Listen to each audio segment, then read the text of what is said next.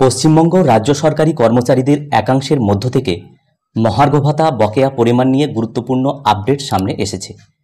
বিভিন্ন সূত্রে একটি বিষয় ঘোরালো হচ্ছে, বকেয়া যে 25% ডিএ অগ্রিম মিটিয়ে দেওয়ার জন্য শীর্ষ আদালত নির্দেশ দিয়েছে তা সরাসরি নগদে হাতে না দিয়ে কর্মচারীদের ব্যক্তিগত প্রভিডেন্ট ফান্ডে অর্থাৎ পিএফ অ্যাকাউন্টে জমা করা হতে পারে।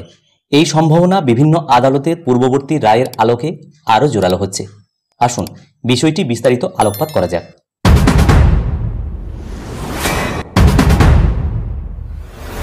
অতীতে রাজ্য প্রশাসনিক ট্রাইব্যুনাল অর্থাৎ স্যাট রাজ্য সরকারকে বকেয়া ডিএ মেটানোর ক্ষেত্রে যে রায় দিয়েছিল তাতে বলা হয়েছিল, এই আদেশের তারিখ থেকে 1 বছরের মধ্যে অথবা ষষ্ঠ বেতন কমিশনের সুপারিশ কার্যকর হওয়ার আগে, যেটি আগে হয়, বকেয়া ডিএ পরিশোধ করতে হবে।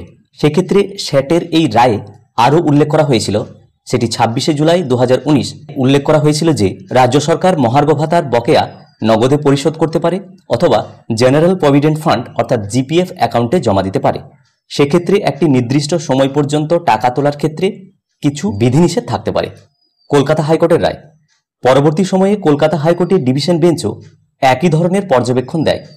আদালত জানায়, বকেয়া ডিএ নগদে দেওয়া যেতে পারে অথবা উপযুক্ত বিধিনিষেধ আরোপ করে তা পিএফ অ্যাকাউন্টে জমা করা যেতে পারে।